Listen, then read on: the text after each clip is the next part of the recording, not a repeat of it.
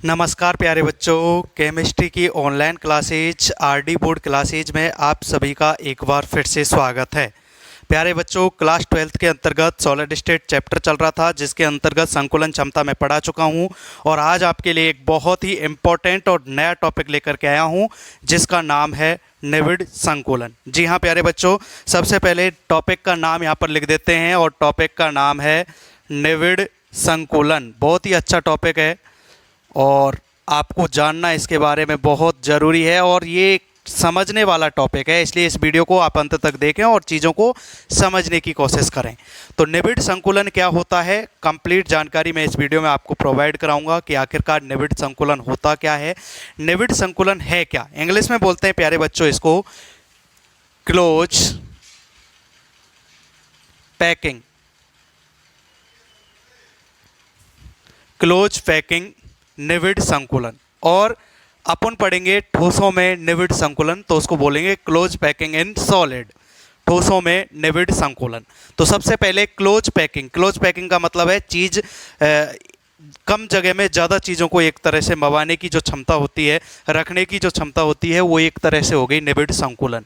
अब अपन ऐसे कह सकते हैं निविड संकुलन के बारे में कि जो अवयवी कण होते हैं प्यारे बच्चों, ठोसों के अंतर्गत अवयवी कण बहुत पास पास हों और उनके अंतर्गत जो रिक्त स्थान है वो अगर अति कम हो, बहुत कम हो, तो इस प्रकार की जो व्यवस्था होती है वो निविड संकुलन कहलाती है।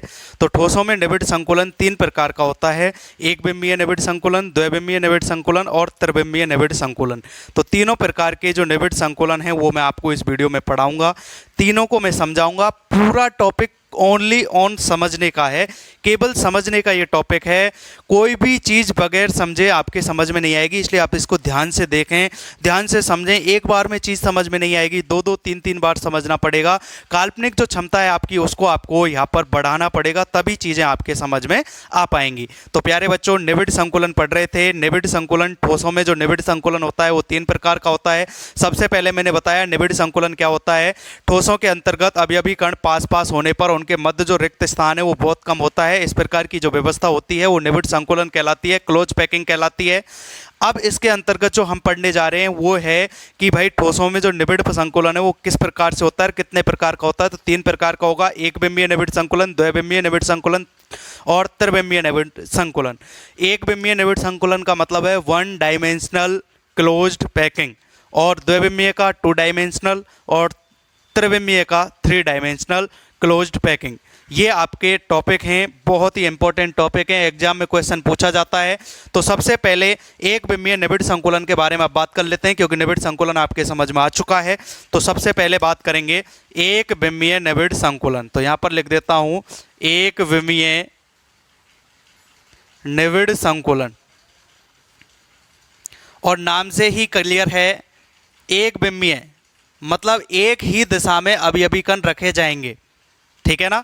तो कहने का मतलब जो एक बिंबीय निविड संकुलन होता है वो क्या होता है, पहले आपको समझाता हूँ, फिर मैं आपको अच्छे से लिखाता हूँ। नोट्स के अंतर्गत आप लिख लेना, पहले यहाँ पर चीज़ों को समझने की कोशिश करें आप।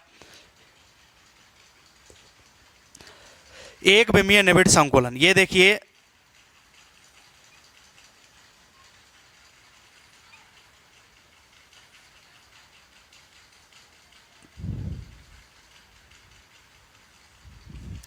अगर अवयवी कण केवल एक ही दिशा में है, एक ही रेखा में है, तो इस प्रकार का जो निविड संकुलन कहलाएगा प्यारे बच्चों, वो कहलाएगा एक बिंबीय निविड संकुलन।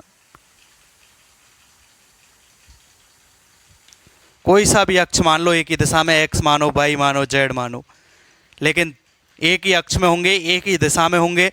तो सबसे पहले निविड संकुलन पढ़ने से पहले मैं आपको बता देता हूं कि जो अपन के ठोस के अवयवी कण हैं उनको हम समरूप कठोर गोला मान लेते हैं, और समरूप कठोर गोला मानने के बाद उनकी व्यवस्था को अपन इस प्रकार से रख सकते हैं, एक के बाद दूसरा, दूसरे के बाद तीसरा, और एक ही क्षैतिज रेखा पर है, या ऊर्ध्वाधर रेखा पर ले लो या क्षैतिज रेखा पर ले लो, एक ही रेखा पर अगर आप उन्हें लेते हैं तो आप देखोगे कि जैसे ये कोई सा भी एक अवयवी कण आप लो, जैसे एग्जाम्पल के लिए ये वाला अवयवी कण मैंने लिया, तो आप यहाँ पर पाओगे कि ये वाला जो अवयवी कण है वो अन्य 2 अवयवी कणों को स्पर्श कर रहा है।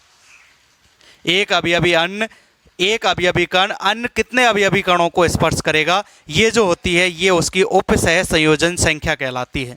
कोऑर्डिनेशन नंबर जिसे अपन बोलते हैं। आपसे कोई पूछ ले कि उपसह संयोजन संख्या क्या होगी एक विमीय निबिड़ संकुलन की, तो आप अच्छे से बता देंगे कि जो एक अवयवी कण है, जो एक गोला है, वो अन्य कितने गोलों से स्पर्श है, तो वहाँ पर आपका जवाब होगा वो अन्य 2 गोलों से स्पर्श है। इसलिए इसका कोऑर्डिनेशन नंबर जो होगा वो होगा प्यारे बच्चों 2। उपसह संयोजन जो संख्या होगी इसकी क्या होगी, 2 होगी। तो एक विमीय निबिड़ संकुलन बहुत ही सिंपल है। एक विमीय निबिड़ संकुलन में अवयवी जो कण हैं, जो गोले अपन ने माने हैं, वो गोले एक ही रेखा पर एक के बाद दूसरा, दूसरे के बाद तीसरा, तीसरे के बाद चौथा और एक ही रेखा में हैं। कहने का मतलब या तो क्षैतिज में ले जाओ या ऊर्ध्वाधर में ले जाओ आप, लेकिन एक ही रेखा में हैं। और कहने का मतलब उनके जो केंद्र हैं वो एक तरह से संरेखित हैं, संरेखित केंद्र हैं उनके। कहने का मतलब ये है कि एक अवयवी कण जो व्यवस्था है, अब एक विमीय निबिड़ संकुलन की जो व्यवस्था है वो निम्न प्रकार से होगी। इसके अंतर्गत जो कोऑर्डिनेशन नंबर होगा प्यारे बच्चों, उपसह संयोजन संख्या, यहाँ पर लिख देता हूँ उपसह संयोजन संख्या, हिंदी में बोलते हैं उपसह संयोजन संख्या, इंग्लिश में बोलते हैं कोऑर्डिनेशन नंबर। तो इनकी जो उपसह संयोजन संख्या होती है वो होती है 2, क्योंकि एक जो अवयवी कण होता है वो अन्य 2 अवयवी कणों से या अन्य 2 गोलों से क्या होता है, स्पर्श होता है। अगर ये 4 से होता तो इसकी उपसह संयोजन संख्या 4 हो जाती, 5 से होता तो 5, 6 से होता तो 6, 2 से होता तो 2, 1 से होता तो 1। तो सिंपल सी बात है उपसह संयोजन संख्या के लिए तो आप बता सकते हैं कि अवयवी कण जितने एक अवयवी कण जितने अन्य अवयवी कणों से स्पर्श होगा ये उसकी व्यवस्था होगी। तो यहाँ से आपको एक विमीय निबिड़ संकुलन समझ में आ गया होगा, बहुत ही सिंपल है। इसके अंतर्गत आपको ज़्यादा दिमाग लगाने की आवश्यकता नहीं है, ये तो सीधा सा है। अब जो है अपन का नेक्स्ट वो दूसरा वो है प्यारे बच्चों, वो है द्विविमीय निबिड़ संकुलन। ठोसों में द्विविमीय निबिड़ संकुलन, द्विविमीय, ये तो मार्कर खराब है एक तरह से,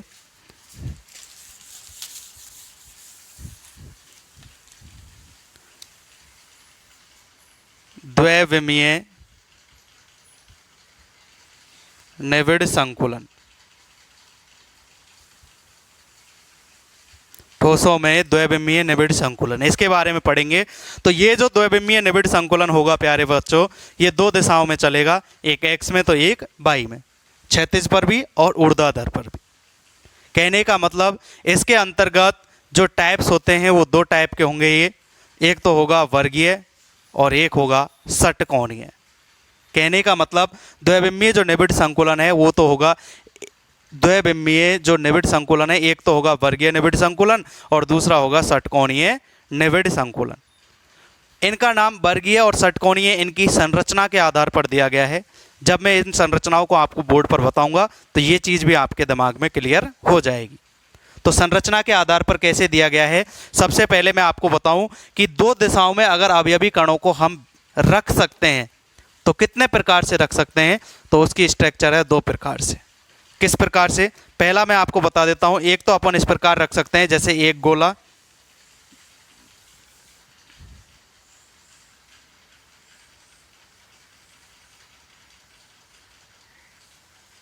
इस प्रकार से, और ये तो एक दिशा में हो गया। दूसरी दिशा में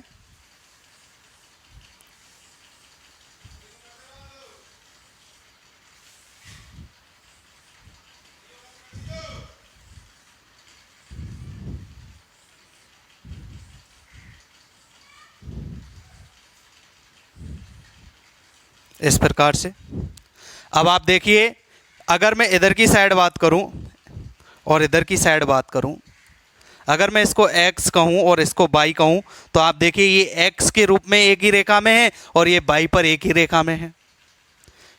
एक तो ऐसे बन सकता है। अपन दूसरे शब्दों में ऐसे कह सकते हैं कि हमने इसको क्षैतिज पर इस प्रकार से बना दिया और क्षैतिज पर इस प्रकार से बनाने के बाद प्यारे बच्चों मैं इसके जस्ट नीचे दूसरे वाले गोले को रखता जाऊं इस प्रकार से, जस्ट नीचे, उसी रेखा में, उसी केंद्र के जस्ट नीचे, सेम बिल्कुल व्यवस्था मैंने बिगाड़ी नहीं है, सेम उसी प्रकार से मैंने इन गोलों को रख दिया है। तो हम क्या पढ़ रहे थे कि किसी एक गोले को यहां पर निर्धारित कर लेते हैं। माना कि एग्जाम्पल के लिए मैंने ये वाला गोला यहां पर छाट लिया, इस वाले गोले को आप देखो, एक तो इस वाले गोले से, एक इस वाले गोले से, एक इस वाले गोले से और एक इस वाले गोले से। कहने का मतलब ये 4 गोलों से स्पर्श है एक जो गोला है। तो इसका जो कोऑर्डिनेशन नंबर होगा, उपसह संयोजन जो संख्या होगी वो कितनी हो जाएगी प्यारे बच्चों? 4। अब आपको समझना ये था कि एक तो इस वाले से इसका केंद्रीय रहा, एक इससे इसका केंद्रीय रहा, एक इससे इसका केंद्रीय रहा और एक इससे इसका केंद्रीय रहा। कोई सा भी गोला आप ले लेना, लेकिन उसके चारों तरफ क्या होने चाहिए? गोले होने चाहिए। उस वाले को आप लेना। अब इन केंद्रों को अगर मैं आपस में मिलाता हूं, ये देखो आपके सामने मैं मिला रहा हूं। इन केंद्रों को मैंने जब मिलाया तो ये जो स्ट्रक्चर बनी है,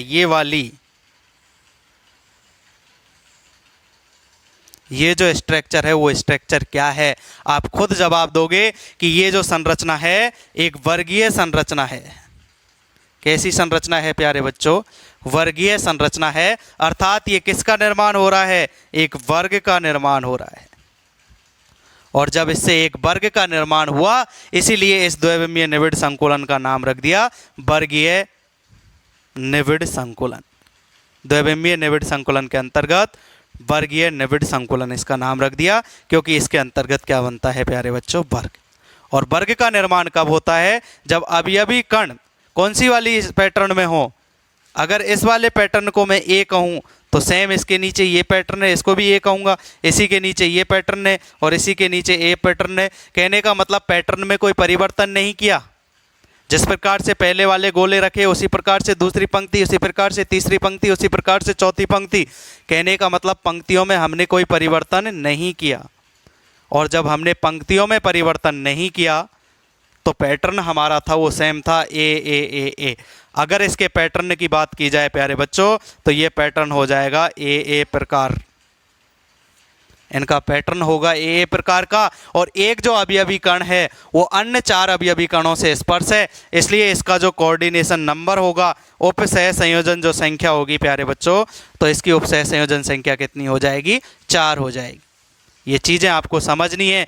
इसका नाम आपको इस आधार पर रखना है याद कि भाई इसके अंतर्गत जो संरचना बन रही है, स्ट्रक्चर बन रही है, वो किसकी बन रही है? वर्ग की। इसलिए जो द्विविमीय निविड़ संकुलन के अंतर्गत ये वाला जो व्यवस्था है, ये वाली जो व्यवस्था कहलाती है वो वर्गीय निविड़ संकुलन कहलाती है। ये चीज़ें आपको यहाँ पर याद रखनी है, चीज़ों को समझना है। आपके सामने है, पैटर्न सेम था, पैटर्न ने चेंज नहीं किया। पहला वाला जो पैटर्न था उसी पैटर्न को हमने लगातार 4 बार पुनरावृत्त किया है। आप 5-6 बार कितनी बार भी पुनरावृत्ति कर सकते हो। और जो संरचना बनेगी वो संरचना वर्ग की बनेगी, इसलिए इस प्रकार का जो निविड़ संकुलन होता है वो वर्गीय निविड़ संकुलन कहलाता है। ये तो एक व्यवस्था हो गई द्विविमीय निविड़ संकुलन के अंतर्गत। चीज़ों को समझना, काल्पनिक दिमाग, काल्पनिक शक्ति यहाँ पर आपको ज़्यादा लगानी पड़ेगी, चीज़ों को सोचना पड़ेगा। और दूसरी जो व्यवस्था होगी वो व्यवस्था पहली वाली व्यवस्था तो सेम रहेगी, लेकिन जो दूसरा पैटर्न होगा वो सेम नहीं रखेंगे, क्योंकि दूसरा पैटर्न सेम रखेंगे तो स्ट्रक्चर यही बन जाएगी दोबारा से। कहने का मतलब वर्गीय ही बन जाएगा। तो दूसरा जो पैटर्न है उस पैटर्न को चेंज किया जाएगा और उस पैटर्न को जस्ट उसके नीचे ना रख करके जो पहला वाला पैटर्न था और पहले वाले पैटर्न के जो गर्त थे, जिसको अपन अवनमन कहते हैं, ये वाले गर्त होते हैं। देखो ये जो स्ट्रक्चर है, ये इसके बाद जो ये संरचना बच रही है ना, इसको गर्त बोलते हैं, इनको गर्त या अवनमन बोलते हैं। अगर दूसरे वाले अवयवी कणों को या गोलों को पहली वाली जो संरचना है उसके गर्तों में रखा जाए तो पैटर्न क्या हो जाएगा? बदल जाएगा। और फिर तीसरी वाली जो पंक्ति आएगी उसको फिर से उसके गर्तों में ना रख करके जो पहली वाली संरचना थी उसके जस्ट नीचे ये वाली संरचना दोहरानी है। अभी आपको मैं समझा रहा हूँ, जब डायग्राम आपके सामने आएगा तो सारी चीज़ें आपके बखूबी समझ में आती चली जाएंगी। तो कहने का मतलब पहला वाला जो अवयवी कण है जिनकी क्षैतिज के अंतर्गत जो एक पंक्ति है, उस पंक्ति को अगर अपन पुनरावृत्ति करते जाएं, दोहराते जाएं, तो जो संरचना बनती है वो वर्गीय निविड़ संकुलन की बनती है। अगर इसके अंतर्गत जो अवयवी कणों को रखने का जो पैटर्न है उसको परिवर्तित कर दिया जाए, और परिवर्तित किस प्रकार से किया जा सकता है कि जो दूसरी वाली पंक्ति है उसको उसके जस्ट नीचे ना रख के अगर उसके गर्त में रख दिया जाए, उसके अवनमन में रख दिया जाए तो बी पैटर्न प्राप्त हो जाता है। और तीसरी पंक्ति को जस्ट उसके नीचे रख दिया जाए तो पैटर्न कौन सा प्राप्त हो जाता है? पौने ए वाला। फिर उसके बाद गर्त में। इस प्रकार से जो संरचना बनेगी वो षटकोणीय की बनेगी। और वो किस प्रकार से बनेगी, आइए मैं यहाँ पर आपको समझाता हूँ।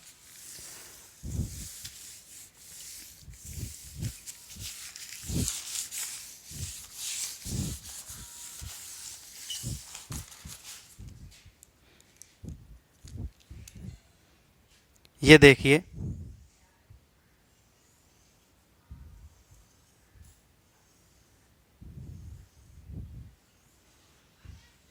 ये पहली पंक्ति हो गई। पहली पंक्ति को हमने इस प्रकार से रख दिया। अब जो दूसरी पंक्ति है वो उसको इसके गर्तों में रखना है इस प्रकार से।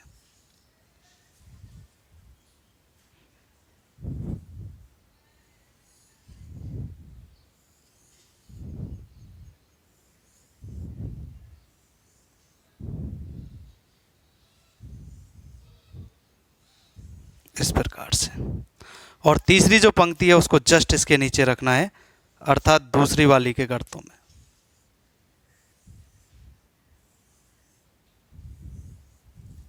और तीसरी वाली को फिर इस प्रकार से, चौथी वाली को।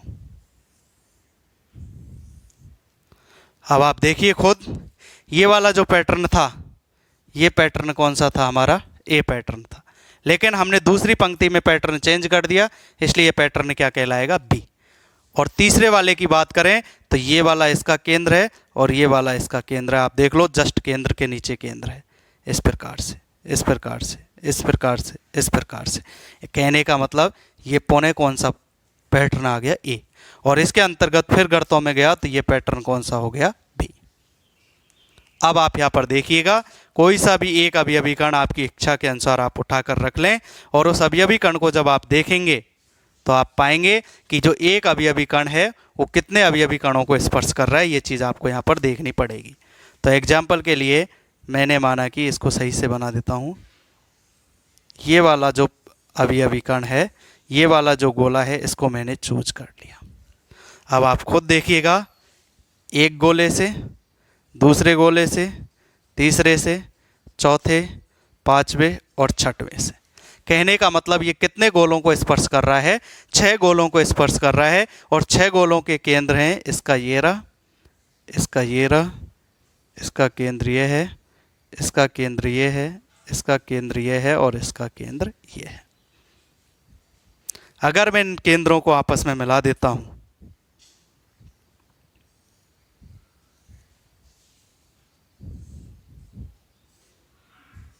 आप खुद देख के बताइए कि ये जो संरचना बनी है वो संरचना षटकोणीय है या नहीं है।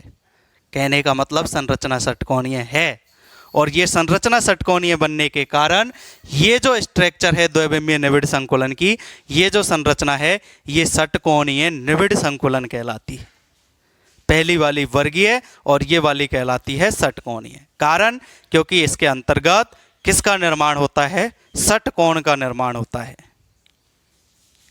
अब यहाँ पर आप समझिए कि इसका जो पैटर्न होगा वो पैटर्न क्या है प्यारे बच्चों, वो पैटर्न आपके सामने है ए बी पैटर्न। ये देखिएगा यहाँ पर आपके सामने कौन सा पैटर्न बन गया, ए बी पैटर्न बन चुका है।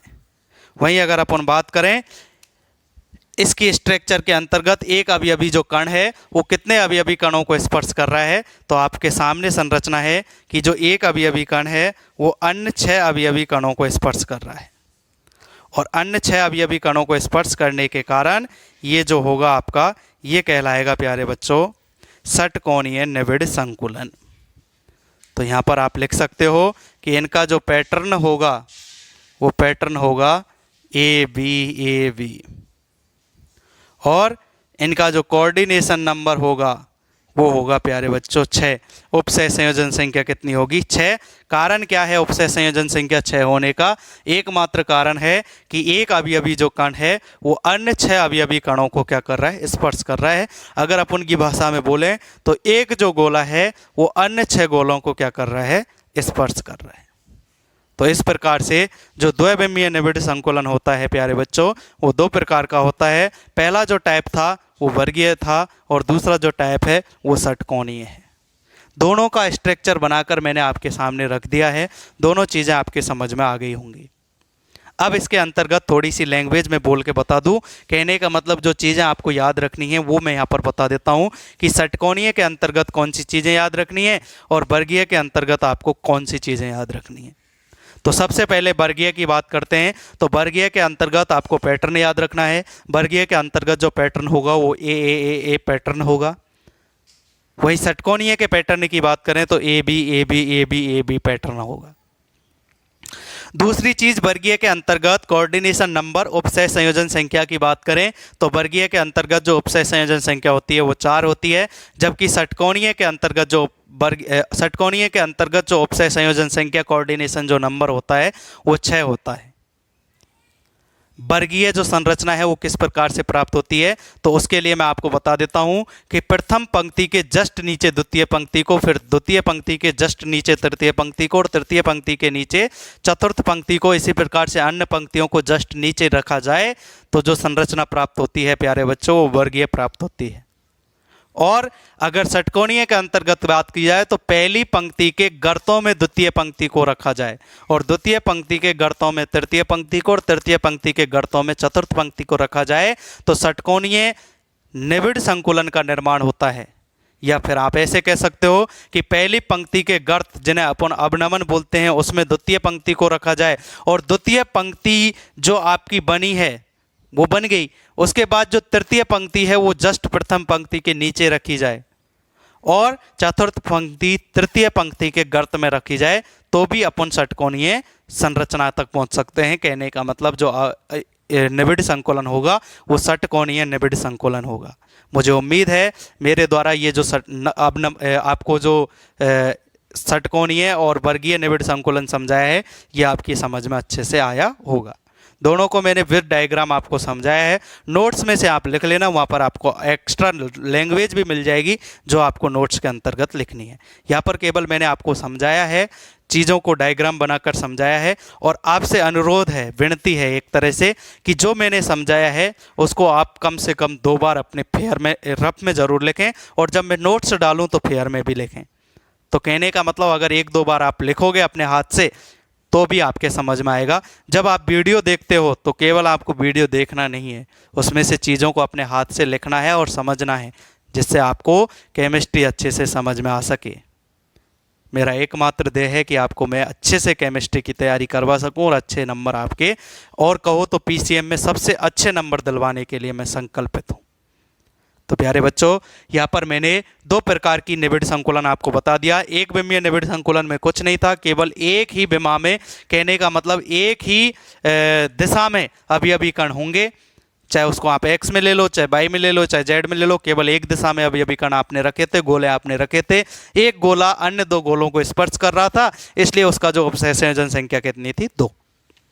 उसकी बात वहीं खत्म हो गई। फिर हमने पढ़ी द्विविमीय निविड़ संकुलन। द्विविमीय निविड़ संकुलन 2 प्रकार का, वर्गीय और षटकोणीय। नाम वर्गीय और षटकोणीय कैसे पढ़ा ये भी मैंने आपको बता दिया। वर्गीय के अंतर्गत एक वर्ग का निर्माण होता है, षटकोणीय के अंतर्गत एक षटकोण का निर्माण होता है, इसलिए उसको वर्गीय निविड़ संकुलन कहा, और षटकोण जिसमें निर्माण होता है उसको क्या कहा अपन ने, षटकोणीय निविड़ संकुलन कहा। दोनों को स्ट्रक्चर बना करके अवयवी कणों को किस प्रकार आप रखोगे तब इनका निर्माण होगा। यहाँ तक आपको ज़्यादा प्रॉब्लम आने वाली थी भी नहीं, क्योंकि ये एक सिंपल सी चीज़ है जो आपको अच्छे से समझ में आई होगी। अब अपन बात करते हैं तीसरे की, जो कि बहुत ही सोचने वाली चीज़ है। इसमें आपको एक्स्ट्रा दिमाग लगाना पड़ेगा और चीज़ों को समझना पड़ेगा। बहुत ज़्यादा दिमाग अगर आप खर्च करोगे तो ही आप इन चीज़ों को समझ पाओगे।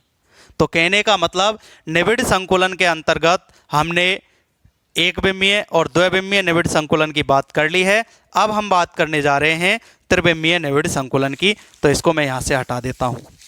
अब हम त्रिविमीय निविड़ संकुलन पढ़ेंगे प्यारे बच्चों, और त्रिविमीय जो निविड़ संकुलन होगा वो भी 2 प्रकार से हम पढ़ेंगे। और त्रिविमीय निविड़ संकुलन प्राप्त कैसे होता है ये मैं आपको क्लियर कर देता हूँ, जिससे आपको चीज़ों को समझने में दिक्कत नहीं आए।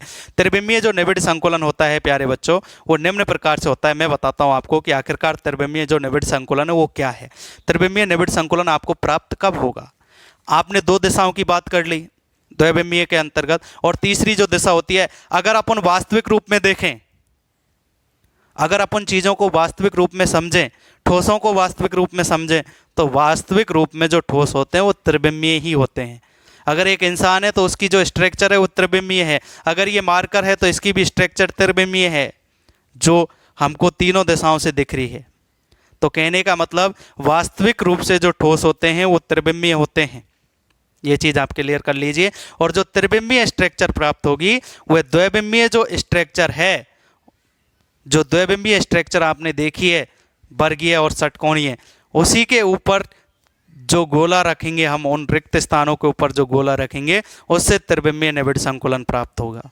तो कहने का मतलब जो हमने पढ़ा था वर्गीय निबिड़ संकुलन और षटकोणीय जो निबिड़ संकुलन था, उसी में अगर गोलों को उनके ऊपर रख दिया जाए तो हमको प्राप्त हो जाएगा कौन सा, त्रिविमीय निबिड़ संकुलन। तो त्रिविमीय निबिड़ संकुलन पढ़ने के लिए, त्रिविमीय निबिड़ संकुलन समझने के लिए हमको द्विविमीय निबिड़ संकुलन पहले से दिमाग में क्लियर होना चाहिए। अगर अभी तक आपका निबिड़ संकुलन जो द्विविमीय क्लियर नहीं हुआ है तो वीडियो को यहीं पर स्किप कर दें और पहले दोबारा से एक बार द्विविमीय निबिड़ संकुलन पढ़ लें जो मैंने पढ़ा दिया है। ऑनलाइन वीडियोज में केवल यही आपका सबसे बड़ा फ़ायदा है कि आप चीज़ों को पुनः कई बार पढ़ सकते हैं। अगर चीज़ एक बार समझ में नहीं आई, आप पीछे स्किप करो, दोबारा से सुनो, फिर भी नहीं आई 3 बार सुनो, लेकिन एक बार अगर बोर्ड पर आकर टीचर पढ़ा के चला गया तो एक ही बार पढ़ाता है। अगर आपको कोई डाउट होगा उस टाइम तो आप पूछ सकते हो, दोबारा वो समझा देगा। लेकिन यहाँ पर आपका फ़ायदा है, आप 10 बार भी वीडियो को देख सकते हो, जब तक आपके समझ में नहीं आए तब तक आप वीडियो देख सकते हो, और फिर भी समझ में नहीं आए तो आप हमें कमेंट कर सकते हो। तो त्रिविमीय निबिड़ संकुलन समझने के लिए पहले जो द्विविमीय निबिड़ संकुलन है प्यारे बच्चों, उसको क्लियर करो अपने दिमाग में। वर्गीय और षटकोणीय आपके दिमाग में अगर क्लियर हो गया हो तो अपन त्रिविमीय निबिड़ संकुलन की बात कर लेते हैं, जहाँ पर त्रिविमीय जो निबिड़ संकुलन होगा वो निम्न प्रकार से आपको मैं समझा दूंगा, अच्छे से आपको मैं यहाँ पर समझाने की उसको कोशिश करूंगा। तो जो त्रिविमीय अपन का निबिड़ संकुलन है, सबसे पहले अपन पढ़ते हैं द्विविमीय वर्ग निबिड़ संकुलन। द्विविमीय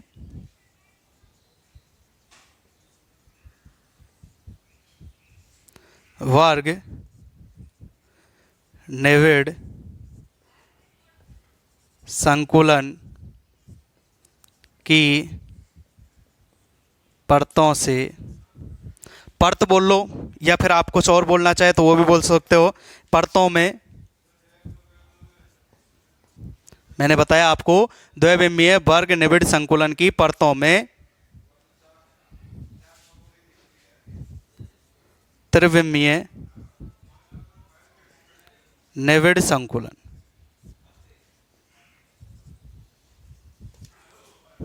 ठीक है प्यारे बच्चों, तो अब आपको यहाँ पर एक चीज़ का फायदा ये है कि जो द्विविमीय निबिड़ संकुलन आपने पढ़ा है वर्गीय और षटकोणीय, उसको आप पुनः यहाँ पर देख सकते हो एक बार। तो सबसे पहले द्विविमीय वर्ग निबिड़ संकुलन की परतों में त्रिविमीय निबिड़ संकुलन। त्रिविमीय जो निबिड़ संकुलन है वो 2 प्रकार का होगा, एक तो द्विविमीय वर्गीय निबिड़ संकुलन की परतों में त्रिविमीय निबिड़ संकुलन, और दूसरा होगा द्विविमीय षटकोणीय निबिड़ संकुलन की परतों में त्रिविमीय निबिड़ संकुलन। ठीक है, इसके अंतर्गत सबसे पहले द्विविमीय वर्गीय निबिड़ संकुलन बनाओ, तो वो कैसे आप बनाओगे।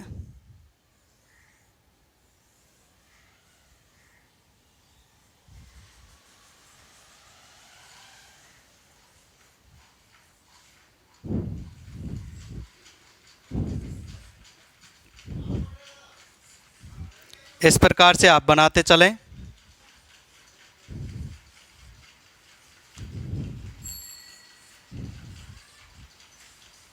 और आप अच्छे से साफ साफ बनाएं। ये हो गया आपका वर्गीय निबिड़ संकुलन। क्लियर है, ये वर्गीय निबिड़ संकुलन क्यों है, 1 2 3 और 4 ये स्पर्श हैं।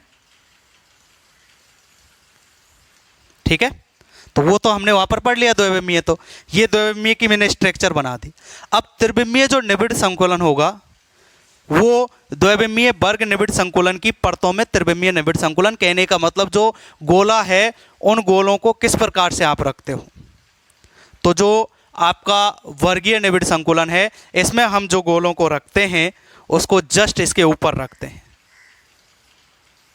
इन्हीं के ऊपर ये गोले हमने इस प्रकार से रख दिया। अब यहाँ पर आपको अपना दिमाग घुमाना पड़ेगा कि बोर्ड पर तो इसके ऊपर रखी हुई चीज़ दिखेगी नहीं, दब जाएगी, लेकिन एक्चुअली में ये चीज़ किस प्रकार दिखती वो मैं आपको यहाँ पर समझाता हूँ। ये मैंने रख दिया। इसी प्रकार से तीसरा गोला इसी के ऊपर, चौथा गोला, पांचवा गोला, इसी प्रकार से ऊपर जस्ट इनके आते जाएंगे।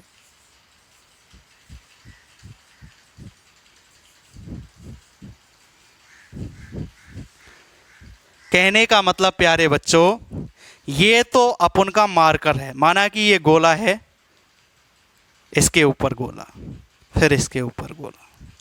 तो अगर अपन इसको देखेंगे तो इस प्रकार से देखेगा। तो आपको पता है एक मार्कर के ऊपर दूसरा, और दूसरे के ऊपर तीसरा, और तीसरे के ऊपर चौथा। लेकिन बोर्ड पर अगर मैं मार्कर बनाऊं तो मैं मार्कर कैसे बनाया मैंने, माना कि अब इसके ऊपर आप मार्कर बना के बताओ तो कैसे बनेगा मार्कर। ऊपर भी इसके ऐसे, और ऊपर रखोगे तो ऊपर, लेकिन दिखेगा तो एक ही, लेकिन एक्चुअली में ये कितने हैं, 3 4 5 इस प्रकार से। तो इसी प्रकार से ये गोला आपको दिख तो एक रहा है, लेकिन एक गोले के ऊपर दूसरा, दूसरे के ऊपर तीसरा, तीसरे के ऊपर चौथा, ऐसे बाहर निकलता हुआ है। एक गोला उसके ऊपर दूसरा हो गया, एक गोला उसके ऊपर दूसरा, उसके ऊपर तीसरा, तीसरे के ऊपर चौथा, ऐसे ये बाहर निकलेगा। तो कहने का मतलब अब आपका दिमाग घुमाना आप, और छोटी सी चीज़ समझना। इसके अंतर्गत एक इंपॉर्टेंट चीज़ मैं आपको बताने जा रहा हूँ जो आपको बेहद काम आने वाली है। और वो इम्पोर्टेंट चीज़ ये है प्यारे बच्चों कि एक गोला, उसके ऊपर दूसरा गोला, उसके ऊपर तीसरा गोला, चौथा गोला, ऐसे बहुत सारे गोले रखे हुए हैं। क्योंकि हम त्रिविमीय निबिड़ संकुलन पढ़ रहे हैं। त्रिविमीय निबिड़ संकुलन हम पढ़ रहे हैं, द्विविमीय वर्ग निबिड़ संकुलन की परतों में त्रिविमीय निबिड़ संकुलन। तो ये द्विविमीय था और इसके ऊपर जस्ट गोले रखते गए तो त्रिविमीय बन गया।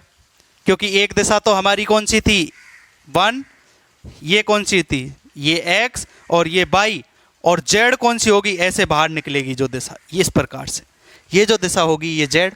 अब इस दिशा पर हम गोला रखेंगे तो एक गोला इसके ऊपर, इसके ऊपर, इसके ऊपर, इस प्रकार से गोले रखे जाएंगे। समझना, इसको काल्पनिक चीज़ है, समझना। किसी चीज़ को दूसरी के ऊपर रखो तो पहले वाली चीज़ उससे ढक जाती है, इस प्रकार से।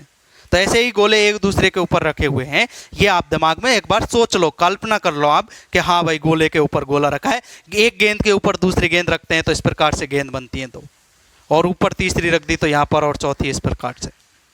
अब आप दो चीज़, एक जो ये चीज़ तो आपने अपने दिमाग में कल्पना इसकी कर ली, लेकिन एक चीज़ और मैं बता रहा हूँ प्यारे बच्चों, इसको आप और सोचो कि ऐसे हमारे पास गोले थे। ये यहाँ पर समझना आप, इसके अंतर्गत ही बता रहा हूँ। एक हमारा गोला ये था, एक गोला, सॉरी, एक गोला हमारा ये था, एक गोला ये था, दूसरा ये था, और तीसरा गोला हमारा, चौथा गोला ये था। 4 गोले हमने रख दिए, 4 गेंद आपने रख दी। और आप सोचो कि एक गेंद इसके ऊपर और है, एक गेंद इसके ऊपर है, और एक गेंद इसके ऊपर है, और एक गेंद इसके ऊपर है। आप बताओ अब गेंद कितनी हो गई, 8। कितनी हो गई प्यारे बच्चों, 8। 4 नीचे वाली लाल और 4 ऊपर वाली काली, टोटल गेंद कितनी हो गई प्यारे बच्चों, 8 हो गई। और अब आप सोचना, 8 गेंदों का मतलब है कि ये 8 गेंद 8 कोणों पर उपस्थित हैं। तो ये किसका निर्माण हो गया, घन का। और घन के कोणों पर कितने अवयवी कण हैं, कितने गोले हैं, 8। और केवल घन के कोणों पर 8 अवयवी कण हो तो इस प्रकार की संरचना क्या कहलाती है, SCC, simple cubic unit cell, सरल घनीय एकक कोष्ठका। तो कहने का मतलब इसमें जो एकक कोष्ठका बनती है वो सरल घनीय एकक कोष्ठका बनती है। समझ में आई बात या नहीं आई? नहीं आई तो दोबारा समझाएंगे। सरल घनीय एकक कोष्ठका बन गई, कहने का मतलब इसमें SCC का निर्माण हो गया। कैसे हो गया प्यारे बच्चों कि ये तो मैंने मान लिया किसके, काली वाली के, और ये मान लेता हूं मैं रेड वाली के, थोड़ा सा हटा करके। इसका केंद्र यहाँ पर है, इसका केंद्र यहाँ है, इसका केंद्र यहाँ पर, थोड़ा दिखने के लिए आपको इसका केंद्र यहाँ है। इनको मैंने मिला दिया आपस में, और अब आप इनको मिलाइए, आप देखिए घन का निर्माण हुआ कि नहीं हुआ। आप सबका एक ही जवाब आएगा, साहब घन का निर्माण हुआ। और घन का निर्माण हुआ तो आपने देखा कि प्रत्येक घन का जो कोना है, इस पर ब्लैक वाला गोला है, इस पर रेड वाला गोला है, इस पर ब्लैक वाला गोला, इस पर रेड वाला गोला, इस पर ब्लैक वाला गोला, इस पर ब्लैक वाला गोला, इस पर रेड वाला गोला, इस पर रेड वाला गोला। कहने का मतलब आपके जो 8 कॉर्नर हैं उन 8 के 8 कॉर्नरों पर गोले उपस्थित हैं। इसलिए एक घन के 8 कोने अगर हैं अगर घन के केवल कोणों पर ही अवयवी कण हैं तो इस प्रकार की जो संरचना है वो सरल कहलाएगी या नहीं कहलाएगी, सरल घनीय एकक कोष्ठका कहलाएगी या नहीं कहलाएगी? तो आप सभी का जवाब होगा जी हाँ सर, कहलाएगी। तो कहने का मतलब प्यारे बच्चों, द्विबिम्बीय वर्ग निबिड़ संकुलन की परतों में त्रिबिम्बीय निबिड़ संकुलन की अगर बात करें तो उसके अंतर्गत आपने देखा एक परत ए थी, उसके जस्ट ऊपर दूसरी परत बी थी, ए थी, उसी टाइप की थी, और तीसरी भी उसी टाइप की थी, और चौथी भी उसी टाइप की थी। इसलिए जो इसका पैटर्न था वो पैटर्न क्या कहलाया था प्यारे बच्चों? ए पैटर्न कहलाया था। और इसके अंतर्गत जो सरल घनीय एकक कोष्ठका का निर्माण हुआ था, किसका निर्माण हुआ था? सरल घनीय एकक कोष्ठका का। और सरल घनीय एकक कोष्ठका की जो पैकिंग एफिशिएंसी होती है वो सबसे कम कितनी होती है? 52.4% होती है। इसलिए इसकी जो पैकिंग एफिशिएंसी है वो भी कितनी होगी? मात्र 52.4 होगी। तो ये मैंने आपको यहाँ पर द्विबिम्बीय का त्रिबिम्बीय का पहला वाला बता दिया है, और त्रिबिम्बीय के दूसरे वाले की और इस पहले वाले की पुनः दूसरी वीडियो में चर्चा करेंगे। वहाँ पहले मैं ये दोबारा समझाऊंगा, फिर आपको वो समझाऊंगा। उसके अंतर्गत दो प्रकार की रिक्तियाँ हैं, चतुष्फलकीय और अष्टफलकीय, वो भी समझाएंगे। तब जाकर हम इसको टॉपिक को क्लोज करेंगे, निबिड़ संकुलन को। दोबारा वहाँ पर पुनरावृत्ति करूँगा, एक बिम्बीय की, द्विबिम्बीय की, त्रिबिम्बीय की, तब जाकर हम इस टॉपिक को कंप्लीट करेंगे, जिससे ये टॉपिक आपके अच्छे से समझ में आ जाए।